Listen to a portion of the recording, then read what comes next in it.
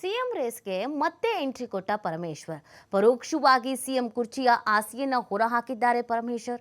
ನಾವು ಯಾವಾಗಲೂ ರೇಸ್ನಲ್ಲಿ ಇರ್ತೇವೆ ಅನ್ನೋದನ್ನು ಹೇಳ್ತಾ ಇದ್ದಾರೆ. 2013ರಲ್ಲಿ ನಾನು ಕೆಪಿಸಿಸಿ ಅಧ್ಯಕ್ಷನಾಗಿದ್ದೆ. ನಾನು ಪಕ್ಷ ಅಧಿಕಾರಕ್ಕೆ ತಂದಿದ್ದೆ. ನಾನು ಒಬ್ಬನೇ ತಂದೆ ಅಂತ ಎಲ್ಲೂ ಹೇಳಿಲ್ಲ. ಎಲ್ಲ ಕಾರ್ಯಕರ್ತರು ಕೆಲಸ ಮಾಡಿದ್ದಾರೆ, ಜನ ವೋಟ್ ಹಾಕಿದ್ದಾರೆ, ನಮ್ಮನ್ನು ಗೆಲ್ಲಿಸಿದ್ದಾರೆ. ಬೆಂಗಳೂರಿನಲ್ಲಿ ಗೃಹ ಸಚಿವ ಪರಮೇಶ್ವರ್ ಅವರು ಹೇಳಿಕೆ ಕೊಟ್ಟಿದ್ದಾರೆ. ಇದರಲ್ಲಿ ಯಾರಿಗೆ ಟಾಂಟ್ ಮಾಡಿದಾರೋ ಅಥವಾ ಏನು ಹೇಳೋಕೆ ಕೊಟ್ಟಿದ್ದಾರೋ ಗೊತ್ತಿಲ್ಲ. ಬಟ್ ರೇಸ್ನಲ್ಲಂತೂ ನಾನು ಆಗಲೂ ಇದ್ದೆ, ಈಗಲೂ ಇದ್ದೀನಿ, ಮುಂದೇನೂ ಇರ್ತೀನಿ ಅನ್ನುವಂಥ ಅರ್ಥದಲ್ಲಿ ಮಾತನಾಡಿದ್ದಾರೆ. ಕೆಪಿಸಿಸಿ ಅಧ್ಯಕ್ಷ ನಾನಾಗಿದ್ದಾಗಲೂ ಸರ್ಕಾರ ಬಂದಿತ್ತು, ಆದರೆ ನಾನು ಒಬ್ಬನೇ ಮಾಡಿದೆ ಅಂತ ಹೇಳಿಲ್ಲ ಅನ್ನೋದು ಇಲ್ಲ ಒಂದು ಕಡೆಯಲ್ಲಿ DK ಶಿ ಅವರಿಗೆ ಟಾಂಟ್ ಮಾಡ್ದಂಗೂ ಇದೆ. ದೊಡ್ಡ ವಿಚಾರ ನೋಡಿ. ಈಗ 2013ರಲ್ಲಿ ನಾನು ಪ್ರದೇಶ್ ಕಾಂಗ್ರೆಸ್ ಸಮಿತಿ ಅಧ್ಯಕ್ಷ ಆಗಿದ್ದೆ. ಸರ್ಕಾರ ತಗೊಂಡು ಬಂದ್ವಿ. ನಾನೇ ಮಾಡಿದ್ದೆ, ನಾನೊಬ್ಬನೇ ಸರ್ಕಾರ ತಂದೆ ಅಂತ ನಾನು ಎಲ್ಲೂ ಹೇಳಿಲ್ಲಪ್ಪ ಇಲ್ಲಿವರೆಗೂ. ಸರ್ಕಾರ ಎಲ್ಲರೂ ಸೇರಿ ಪಕ್ಷದಲ್ಲಿ ಕೆಲಸ ಮಾಡಿದ್ದೀವಿ. ಜನ ವೋಟ್ ಹಾಕಿದ್ರು, ನಮ್ಮನ್ನು ಗೆಲ್ಲಿಸಿದ್ರು. ಆ ಸಂದರ್ಭದಲ್ಲಿ ನಾನು ಪರಾಭವಗೊಂಡೆ. ಒಂದು ವೇಳೆ ನಾನು ಗೆದ್ದಿದ್ದರೆ ಏನಾಗ್ತಿತ್ತೋ ಗೊತ್ತಿಲ್ಲ. ಅವತ್ತು ಹೌದು ರೇಸಲ್ಲಿದ್ದರೆ ಸ್ವಾಭಾವಿಕವಾಗಿಯೂ ಪ್ರದೇಶ್ ಕಾಂಗ್ರೆಸ್ ಸಮಿತಿ ನಮ್ಮಲ್ಲಿ ಕನ್ವೆನ್ಷನ್ ಇದೆ. PCC ಅಧ್ಯಕ್ಷರಿಗೆ ಒಂದು ಅವಕಾಶ ಕೊಡ್ತಾರೆ. ಅದು ಕೆಲವು ಸಂದರ್ಭದಲ್ಲಿ ಆಗೋದಿಲ್ಲ. ಅದು ಗೊತ್ತಿಲ್ಲಪ್ಪ, ಕನಸೇ ಬಿದ್ದಿಲ್ಲ ಅಲ್ಲಿ ನನಗೆ. ನಾವು ಯಾವಾಗಲೂ ರೇಸಲ್ಲಿ ಇರ್ತೀವಿ ಕಣ್ರಿ, ಅದು ಏನದು ದೊಡ್ಡ ವಿಚಾರ ನೋಡಿ. ನಮ್ಮಲ್ಲಿ ಹೈಕಮಾಂಡ್ನಲ್ಲಿ ತೀರ್ಮಾನ ಆಗೋದು. ಮುಂದಿನ ಅವಧಿಯವರೆಗೂ ಸಿಎಂ ಮುಂದುವರಿತಾರೆ. ಆ ಸಂದರ್ಭ ಬಂದಾಗ ಬದಲಾವಣೆ ಮಾಡ್ತಾರೆ.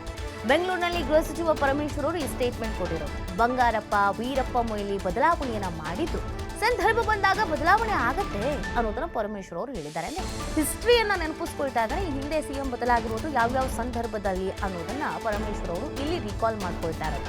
ಬಂಗಾರಪ್ಪ, ವೀರಪ್ಪ ಮೊಯ್ಲಿ ಇವರೆಲ್ಲ ಬದಲಾವಣೆ ಮಾಡಿದ್ರು ಅನ್ನೋದನ್ನ ಹೇಳ್ತಾ ಇದ್ದಾರೆ. ಬಟ್ ಎಲ್ಲವೂ ಕೂಡ ಹೈಕಮಾಂಡ್ನ ನಿರ್ಧಾರ ಅನ್ನೋದನ್ನ ಕೂಡ ತಿಳಿಸ್ತಾ ಇದ್ದಾರೆ.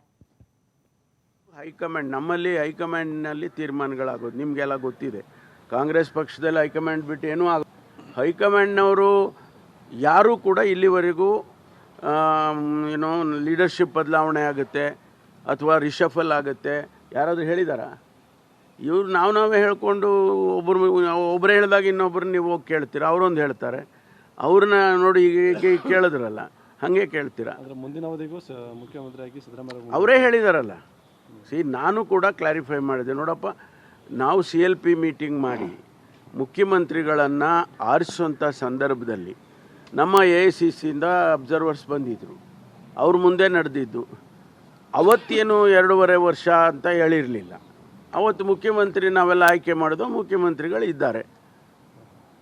ಮಧ್ಯದಲ್ಲಿ ಬದಲಾಯಿಸ್ತಾರೆ, ಅದು ಮಾಡ್ತಾರೆ, ಅದು ಅವರಿಗೆ ಬಿಟ್ಟಿರೋದು, ನಮ್ಮ ಹೈಕಮಾಂಡ್ನವರಿಗೆ. ನಾವ್ಯಾರು ಆ ಕೆಲಸ ಮಾಡೋಕ್ಕೋ ನಾವು ಬದಲಾಯಿಸೋಕ್ಕಾಗತ್ತಾ? ಅದರಲ್ಲಿ ಆಸಕ್ತಿ ತೋರ್ತಿಲ್ಲ ಅನ್ಸುತ್ತೆ ಯಾರು ಹೈಕಮಾಂಡ್. ಆ ರೀತಿ ಆ ಸಂದರ್ಭ ಬಂದರೆ ಅವ್ರು ಮಾಡ್ತಾರೆ. ಅದು ಸಂದರ್ಭ ಬಂದಾಗ ಹಿಂದೆಲ್ಲ ಮಾಡಿಲ್ವಾ? ಬಂಗಾರಪ್ಪನವ್ರನ್ನ ಬದಲಾಯಿಸಿದ್ರು, ವೀರಪ್ಪ ಮೊಯ್ಲಿ ಅವರು. ಆ ಸಂದರ್ಭ ಬಂದಾಗ ಮಾಡ್ತಾರೆ. ಇನ್ನು ಮುಂದುವರೆದು ನಮ್ಮಲ್ಲಿ ಸಮಸ್ಯೆನೇ ಇಲ್ಲ ಅಂತ ಗೃಹ ಸಚಿವರು ಸ್ಟೇಟ್ಮೆಂಟ್ ಕೊಟ್ಟಿದ್ದಾರೆ. ಇಷ್ಟೆಲ್ಲ ಹೇಳಿದ ಮೇಲೆ ಮತ್ತೆ ನಮ್ಮಲ್ಲಿ ಏನು ಸಮಸ್ಯೆನೇ ಇಲ್ಲ ರೀ ಅನ್ನೋ ಥರ. ಯಾರದ್ದು ಮನೆಗೆ ಊಟಕ್ಕೆ ಹೋದ್ರು ತಪ್ಪ?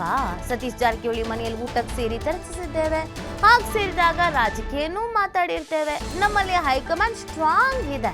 ಲೀಡರ್ಶಿಪ್ ಬದಲಾವಣೆ ಬಗ್ಗೆ ಹೈಕಮಾಂಡ್ ಈವರೆಗೂ ಹೇಳಿಲ್ಲ. ಬೇರೆಯವರು ಮಾತನಾಡೋದಕ್ಕೆ ಬೆಲೆ ಅನ್ನೋದು ಇಲ್ಲ. ಸಿಎಂ ಅವರೇ 5 ವರ್ಷ ಸಿಎಂ ಆಗಿರ್ತೀನಿ ಅಂತ ಹೇಳಿದ್ದಾರೆ. 2.5 ವರ್ಷದ ಹಿಂದೆ CLP ಸಭೆಯಲ್ಲಿ ಆಯ್ಕೆ ಆಗಿದ್ರು. ಮಧ್ಯದಲ್ಲಿ ಬದಲಾವಣೆ ಮಾಡೋದು ಹೈಕಮಾಂಡ್ ಬಿಟ್ಟಿದ್ದು, ಈಗ ಬದಲಾವಣೆ ಮಾಡ್ತಾರೆ ಅಂತ ನನಗೇನು ಅನಿಸ್ತಾ ಇಲ್ಲ ಅಂತ ಬೆಂಗಳೂರಿನಲ್ಲಿ ಗೃಹ ಸಚಿವ ಪರಮೇಶ್ವರ್ ಹೇಳಿಕೆ ನೀಡಿದ್ದಾರೆ. ನೀವು ಸಮಸ್ಯೆನೇ ಇಲ್ಲಪ್ಪ, ನೀವೇ ಎಲ್ಲ ಹೇಳ್ತಾ ಹೋದರೆ ಹೆಂಗಾಗುತ್ತೆ? ಈಗ ಯಾರ್ದೋ ಮನೆಗೆ ಹೋದ್ರೆ ಅಂದರೆ ಅದಕ್ಕೊಂದು ಸುದ್ದಿ ಮಾಡ್ತೀರಾ.